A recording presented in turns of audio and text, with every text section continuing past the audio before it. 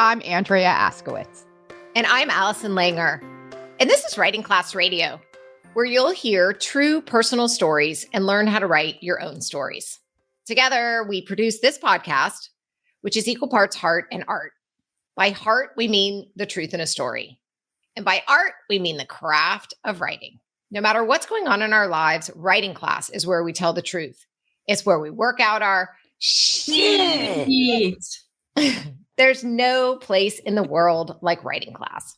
And we want to bring you in. Today on our show, we bring you a story by one of our favorite students, Danielle Huggins. I play favorites. Is that bad? We have a lot of favorites, but yeah. We do have a lot of favorites, and this is one of them. Yeah. Danielle has been taking classes with Writing Class Radio for 3.5 years. She is our karaoke champion. We do karaoke at our in-person retreats, and Danielle Huggins, she brings it. Oh my God. As you said that, I pictured the mustache that she wears. Yeah. And then passed out for all of us to wear. Yeah. That was, I love it. Love it. Has it only been 3.5 years? It's going to be actually almost 4, mid-April. So it is probably more like 4 since we're in February. But it feels like 10. Like, I feel like I know Danielle so well. Like, she's been in my life forever, you know? Love that, Danielle. Yeah. Okay. So, and here's what's cool. This is her 4th time on the podcast, which I think might be a record. She's also very well published in other places, and we'll talk about that at the very end. And we'll put all the links in our show notes to all of her episodes. In this episode, we're going to talk about using the letter form, which is called the epistolary. I love that word. I don't know why. Epistolary. Okay. Anyway, but specifically, we're talking about telegraphing. We're talking about not telegraphing without leaving out the reader. Wait, what? What is telegraphing? Okay. I was wondering if that made sense. So what I'm saying is, when you're writing a story in the form of a letter, you have to write in a way that you're writing to someone who knows what you're talking about, because they know you really well. So you can't write things for the reader. But on the other hand, you can't just write directly to that person that you're writing to while leaving out the reader. And our narrator, Danielle Huggins, did that really well. And I didn't know that was telegraphing. That's interesting. I don't know either. I'm calling it telegraphing. Like when you were like, hey, reader, listen to this. Yeah. You know, it's like you're stepping out of your form. So this narrator does not do that. Yeah. And I'm very proud of her. When you say reader, though, you're saying listener, because reader really she was writing this letter to her sister. So she would be the reader. So, but you can't but it's an essay. So I'm talking about the listener, because it's a podcast, or the reader if it were published. Okay. Yeah. So not the recipient of the letter, because the recipient, yes. This is not confusing. Not at all. People will understand when Danielle reads her story. It'll make sense. And we can go into that after. Yeah. And Danielle is here in the virtual studio. So we're recording for the podcast as usual. And we're also doing this new thing. This is our second attempt at recording live to YouTube. Yeah. All right. Danielle will be here back live after the break. We're back. I'm Allison Langer, and this is Writing Class Radio. Up next is Danielle Huggins reading her story called A Letter to My Sister, I'm Sorry. A letter to my sister, I'm sorry. Wait, you don't have to read that part. Oh, sorry. Don't be sorry. All right. All right, I'll wait a second and then I'll go. All right. Dear Michaela, I can't believe it's already been 5 years since you died. You would be 45. I'm writing to tell you I'm sorry. I'm sorry I rarely picked up the phone when you called and that I responded to your text with curt replies. When Daniela texted me Happy Mother's Day 2 weeks before you died, I said, I'm sorry your mom is so messed up. 2 days before you died, I painted sets for the Moana show with another mom for Kate's 6th grade play. I got a text from you. When I didn't reply, you sent another. I'm sorry I wrote back in all caps, I'm working.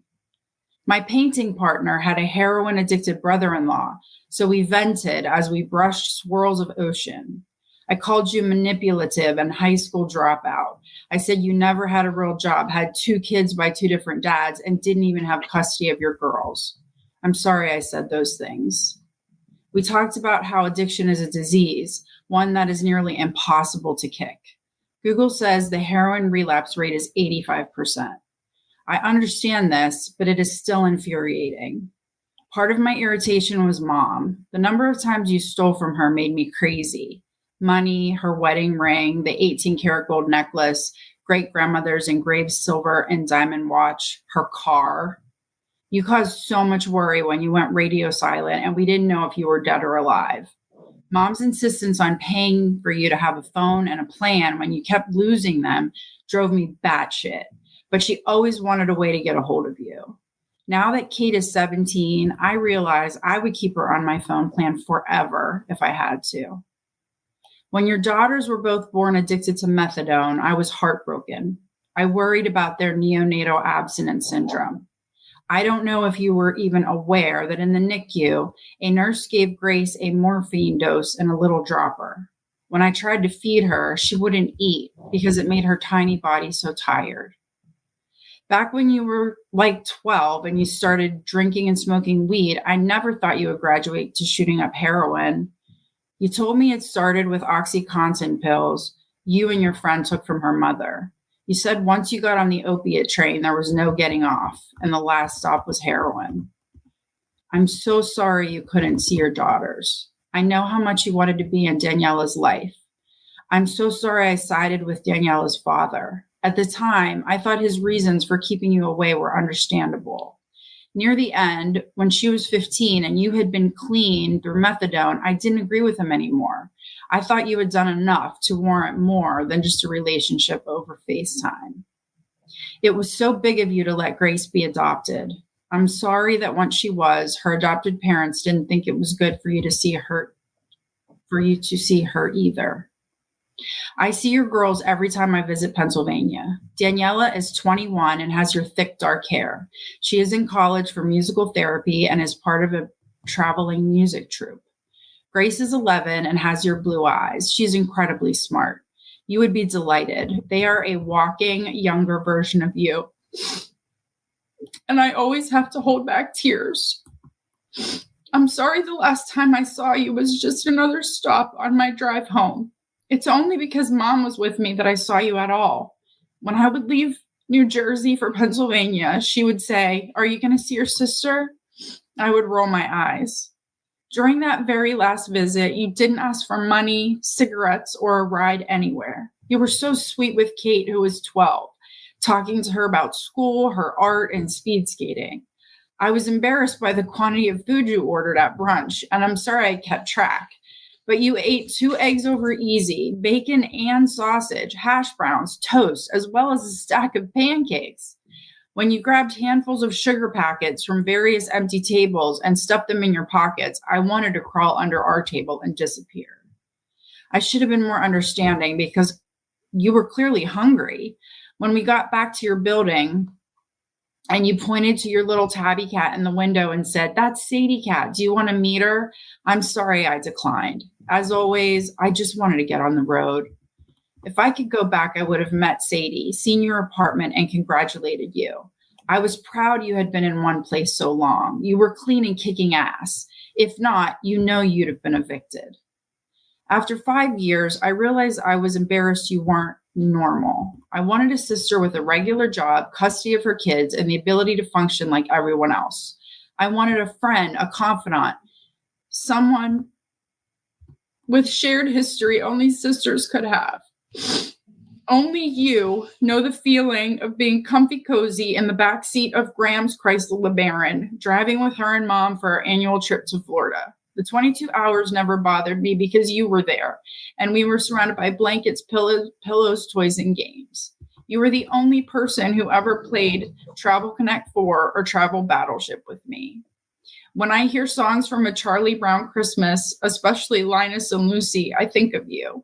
I remember waking up every Christmas morning, bolting down the stairs and staring not just at the presents, but at the whole scene. I thought the glow from the white lights made the whole room magical. Tree, stockings, nativity set.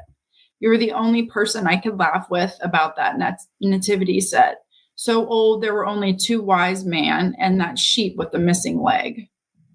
I love that Mom let us open our stockings before she was up. We could count on candy cane pens and pencils, Andy's candies, and scratch and sniff Christmas stickers. I think my favorite year was when Santa stuffed Nerf guns in our stockings, and we spent the hours before we could open our presents running around the house like army men. I miss us taking turns scratching each other's back while watching TV or laying on the couch with our heads at opposite ends so we could scratch each other's legs at the same time. I do the same thing with Kate. Now that you are gone, I am the last one to know Ubba Bibi Dubba Bibi language. I by try by TB cheeping ibit to bukabit, babat chibi kubud nabat gebet ibit. Even though I'm allergic, I have Sadie Cat now. I have salmon flavored temptation treats in my bedside table, so every night she comes up to get her fix. Sometimes her huge eyes will transfix at an area just above my head. Is that you? I hope so. I also hope taking care of her in some way makes up for my mistakes. Does it? A little? I miss you, Michaela. I love you. I'm sorry. Wow. Okay, so I saw this essay in a much earlier version, and then Andrea looked at it and asked for additions, I think. And I am in love with all the relationship stuff at the end. I get it. Like I got that the narrator, I understood why she was initially upset, why they had a severed relationship. Like I got it all at the top, but then all that stuff that the narrator missed about her sister really hit me in this version. I really think that was just excellent addition. Great edit. We say this all the time on the podcast, and I'm just going to say it again, that the specificity of the details makes for the most trustworthy narrator right from the beginning. I noticed it when the narrator was like recounting everything her sister ate. And then I noticed it again when she was recounting all the things that she misses about the sister, the Linus and the Lucy, the comfy cozy, only 2 wise men, and the sheep with the missing leg, and the army men. I want to ask, this is because we have the narrator in the studio, the language, what did you say? Ubba Bibi, Sobo, Ibai Sebed. No, but what does it mean in English? Well, okay, so I'll say writing class radio and Ubba Bibi Dubba Bibi. So Ibai Wubud Sebe, Ribai Tibing Klabas Rebe Dibiobo, Wibith Eban Dribi Yaba Abaskobo Wibits, Eban Abalibis Ibn Lebang Gerber. So every syllable has a B in it. So you becomes Yubu. So what did you say in that sentence to her? Oh shoot. I mean, if it's not something that like is meaningful. No. It let's see. I think I said I tried teaching it, but no, or I tried teaching Kate, but she couldn't get it. Yeah, that's sweet. We said at the beginning that we were going to talk about how this narrator wrote to her sister in a way that didn't break form. So she didn't talk to us, the reader or the listener. And one of the places where I noticed it just now is she mentioned Kate right at the beginning. She was working on Kate's 6th grade play. And she didn't say my daughter because the person she's writing to knows. And then Kate came up again not long later. And Kate is 17. Now we know, I mean, we had a sense of it because why would this woman be working on someone's sixth grade play if it wasn't her daughter, but she didn't need to be specific about it because we got it in with context. And then we got it later because Kate was mentioned a few more times. So Excellent. that was just one of the places. It's hard. I think it's a great exercise to write a letter to somebody who's passed or even just to somebody you love. I do think it's really, you had us do that, I think, in one of my very first classes with you, Andrea. Like I Write a letter? And I wrote a letter to Gerald. It was a long ass time ago. We were still at UM, like in a classroom, I think. Yeah. One of the other things that's really a good reason to write a letter is because you stay true to your own voice. And I noticed that too with Danielle Huggins. Like, and there's two things I want to say about it. She said things like, made me crazy, drove me batshit. I wanted a sister. I was embarrassed you weren't normal. So that is totally how this narrator would speak. And it's my tendency as an editor would be to edit that out, especially in today's like sort of sensitive culture. Like we're sensitive to saying things like crazy or normal. Mm-hmm. And I read recently in a really cool essay from the New York Magazine about how to write an essay is that sometimes we have to be not afraid to offend. And I feel like this narrator, I hope no one's offended because I felt like she was so true to herself. Like we get it. That's the way she would talk to her sister. She wasn't going to be politically correct talking to her sister. So she was like, you made me crazy. It drove me batshit. I wish you were normal. But you know what I mean? Like in terms of, so there's a balance between being not offensive to your general reader and being true to your own voice. And I love the idea of not being afraid to offend because you value authenticity, especially because this wasn't in my mind at all offensive, but some people might be offended and we tend to like over edit. And I'm so glad. Yeah. I'm sorry. Can we ask Danielle some questions? Okay. Yeah, sure. Me. All right. Danielle, I just wanted to, I wanted to know why she wrote the letter and how does it feel now? So it came about because I was in a class with Andrea on Saturdays. It was called Final Draft. And part of the class was that we would all write to a prompt.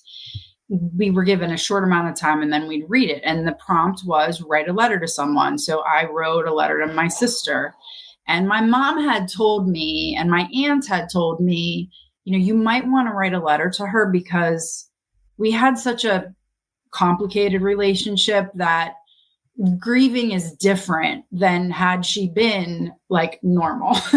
So I had all this animosity for her, but then I felt guilty about it. So anyway, I did the exercise. I wrote to my sister. And then as we were going through all of the students, my classmates' prompt responses, a lot of times it was difficult. Like we would say, oh, that person would know that already. And so it kept coming up. And so when we got to mine, Andrea was like, actually, you really didn't break the rule. Like maybe a couple times.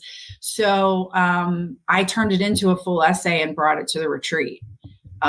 Because it had worked out. People had, I had gotten good feedback from the group. And then I also did feel good writing it. I felt it helped me. I felt better in my grief writing about it. Can you just bring us the reader, the listener right now into like, what is the process? Cause I know it's been through a bunch of iterations. So like, how did it change and how do you feel about the change?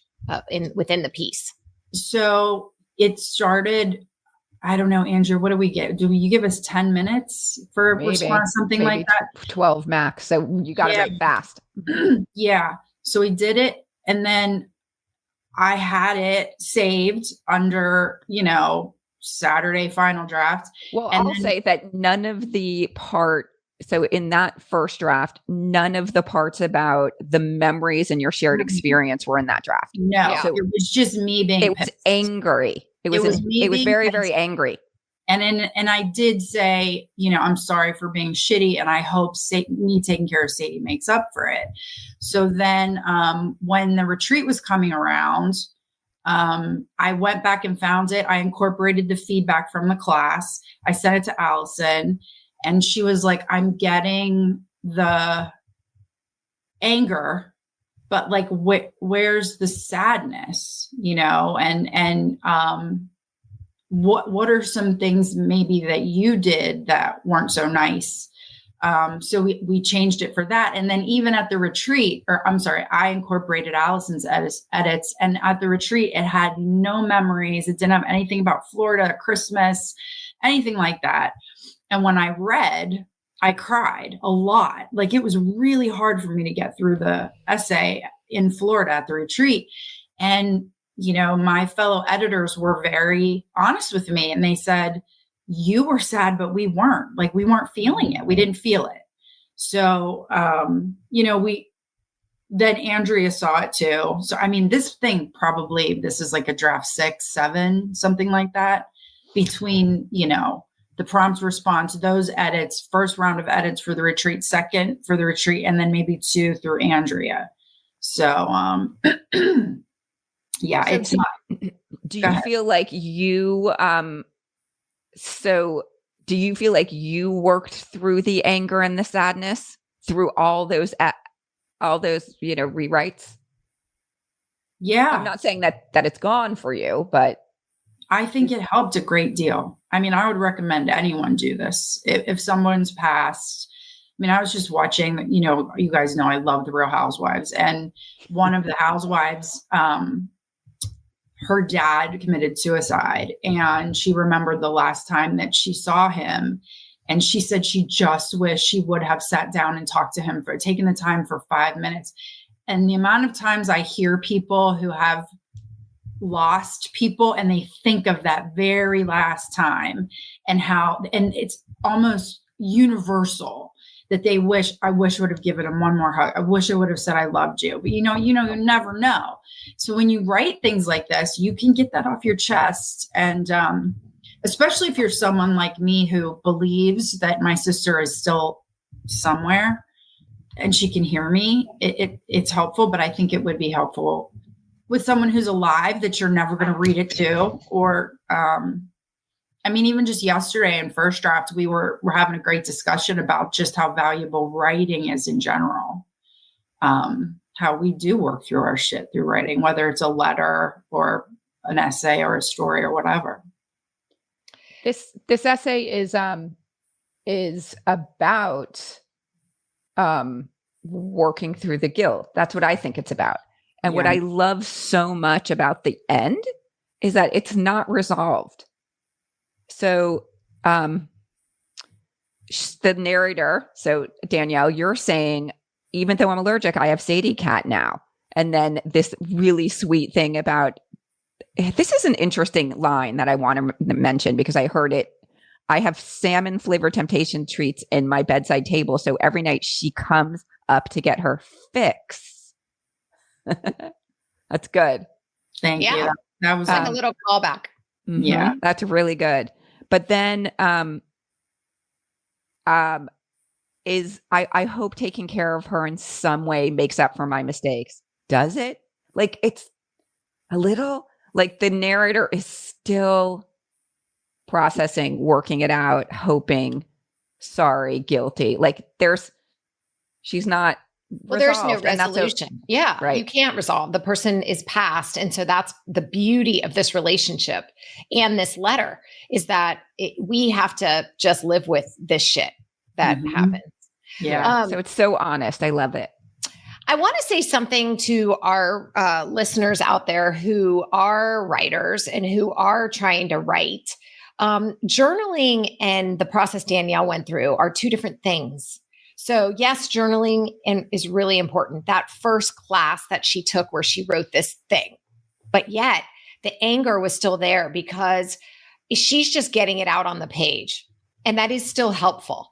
But what happens when you have to write a story is you have to do both sides of the story and more than just the surface of the story. So you have to really give details. And when you dig down, you realize, well, I did the shitty thing, or actually she's got this other side to her too that I'm not looking at.